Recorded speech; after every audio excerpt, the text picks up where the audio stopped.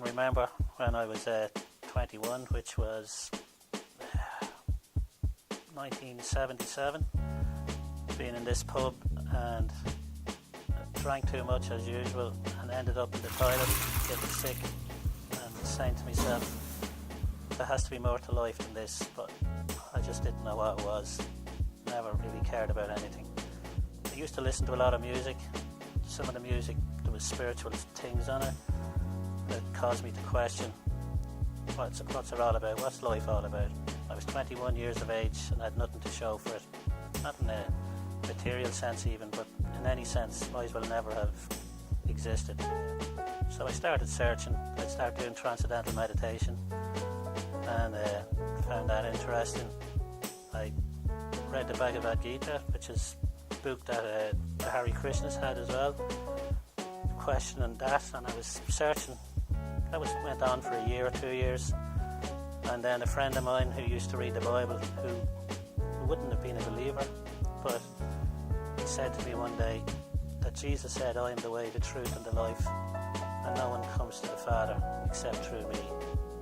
And it was just like, I knew if that was true, I was a goner, because Jesus was just a swear word to me. He meant nothing to me. So that led on, and I bought a Bible. I never read a Bible in my life before.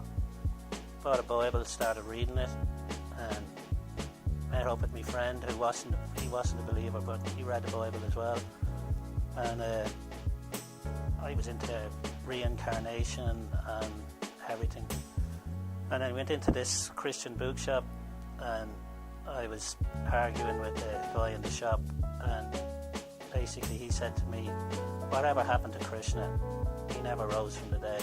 Jesus rose from the dead. So that really stopped me in my tracks to really think about who is Jesus and what difference does he make to me. And then he quoted me that verse, famous verse, John 3:16, where Jesus said, for God so loved the world that he gave his only begotten Son, that whosoever believes in him shall not perish but have everlasting life. And just the thought that Jesus could love me, that he would die on the cross for my sins, just blew me away. So again, I studied with my friend, started going to different Christian meetings, finding out a little bit more, and realised that Jesus really was the way, the truth and the life, and that he really did love me. And I knew I was a sinner. I had no problem admitting my sin. I knew I was. And just to know that my sins could be forgiven by trusting in him, what he did, not anything I could do, because there was nothing I could do except sin. And so around that time, then I realised that I put my trust in him and asked Jesus into my life to save me, to keep me. The guy used to give the example of what it means to believe, about the story, a well-known story about this tightrope walker who used to walk across the tightrope in the Niagara Falls, and all the people were watching him, and he walked over and back, and then he got a wheelbarrow and wheeled the wheelbarrow over and back, and he said to the crowd, do you believe I could wheel someone over this? And they all said yes. And he says, right, well, one of you get in now and I'll wheel you over. As far as I can remember, there was no rush of volunteers, because they believed he could do it, but they didn't believe that enough to trust that he would do it. And everybody can say they believe in Jesus and stuff, but it's to trust your whole life to him. I suppose it was easy for me to become a believer because I knew I wasn't a good person. It's harder, I suppose, for someone who's religious to see that they need Jesus, not religion, not to be part of any church or anything, but it's Jesus they need rather than religion, or for me, drinking, or whatever it was for it.